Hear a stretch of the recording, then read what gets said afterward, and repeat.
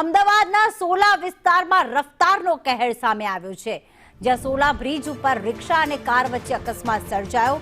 Car ચાલક અને રિક્ષા ચાલક બંને ઈજાગ્રસ્ત થયા છે।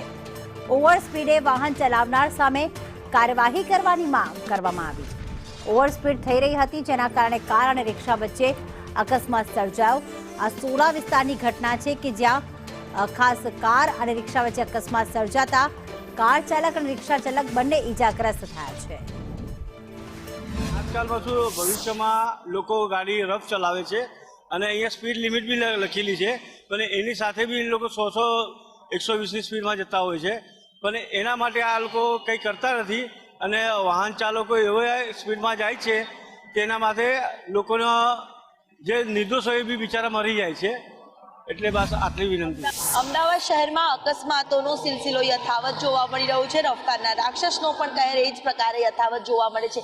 જ્યારે અમદાવાદમાં એસજી હાઈવેથી લઈને સોલા તરફ જવાનો જે હાઈકોર્ટ પાસેનો જે બ્રિજ છે, જ્યાં આવી રીતે અકસ્માત રિક્ષા ચાલક અને કાર વચ્ચે સર્જાયો હતો। જો કે કાર અને રિક્ષા ચાલક બંને ગંભીર રીતે ઈજાગ્રસ્ત થયા હતા અને હોસ્પિટલમાં સારવાર અર્થે ખસેડવામાં આવ્યા છે।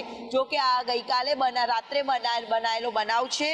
બનાવના કારણે લોકોમાં પણ અત્યારે હાલ અફરાતફરી અને ડરનો માહોલ સતાવી રહ્યો છે, કારણ કે ફૂલ સ્પીડમાં વાહન ચાલકો બેફામ ડ્રાઇવિંગ કરતા હોય છે અને જીવને જોખમ ઊભું કરતા હોય છે। ત્યારે આ જ પ્રકારે વધુ એક કાર અને રિક્ષા વચ્ચે ટક્કર વાગતા ગંભીર અકસ્માત સર્જાયો હતો।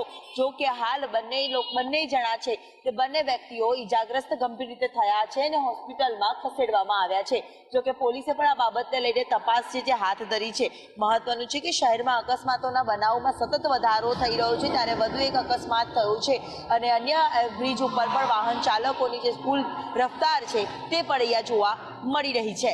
કેમેરામેન મનીષ વાણિયા સાથે દિવ્યા ચૌહાણ, સંદેશ ન્યૂઝ, અમદાવાદ।